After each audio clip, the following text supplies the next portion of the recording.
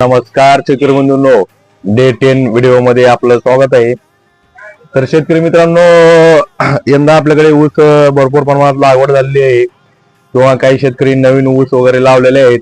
काही शेतकऱ्यांना ऊसाबद्दल काही माहिती नाही. तर शेतकरी मित्रांनो, कसं आहे माहिती का, आपण नवीन जर ऊस लागवड केलेली आहे आणि ते ऊसाचं संगोपन कसं करायचं आहे, स्टार्टिंगला आपण ते जाणून घेणं महत्वाचं आहे.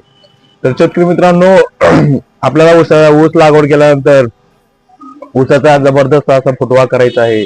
तर त्यासाठी काय करायचं, किंवा ऊसाचं उत्पन्न आपण चांगलं घेण्यासाठी त्याच्यासाठी काय करायचं, त्याच्यासाठी ड्रिचिंग करणं शेतकरी बंधूंनो महत्वाचं आहे.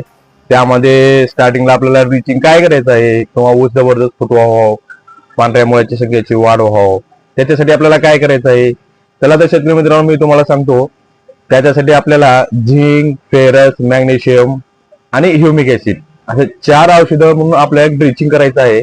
तर त्याच्यामध्ये तुम्हाला 1 नंबरला घ्यायचं आहे मॅग्नेशियम, 2 नंबरला घ्यायचं झिंक, 3 नंबरला घ्यायचं फेरेस आणि 4 नंबरला घ्यायचं ह्युमिक ऍसिड.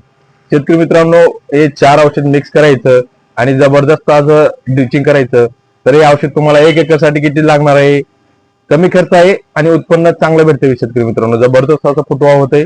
तर तुम्हाला ते एकरला घ्यायचं आहे magnesium 10 kilo, zinc 5 kilo, ferrous 5 kilo आणि त्याचबरोबर 1 kg फक्त ह्युमिक ऍसिड आपल्याला त्यासोबत घ्यायचं आहे. शेतकरी मित्रांनो, त्याच्यामुळे काय होईल, आपल्या ऊसाचा वगैरे कलर जबरदस्त असं हिरवगार राहील आणि ह्युमिक ऍसिड मुळे आपली ऊसाच्या पांढऱ्या संख्येची मुळाची संख्या वाढेल. त्याच्यासाठी मुळाची संख्या वाढल्यानंतर ऊस हे सक्षम पीक बनतंय. मित्रांनो, ते सक्षम पीक बनण्यासाठी आपल्याला स्टार्टिंगला त्याची मुळा वाढवली पाहिजेत. त्याच्यासाठी त्याची मुळा वाढवायचं जबरदस्त असे रिझल्ट आहेत.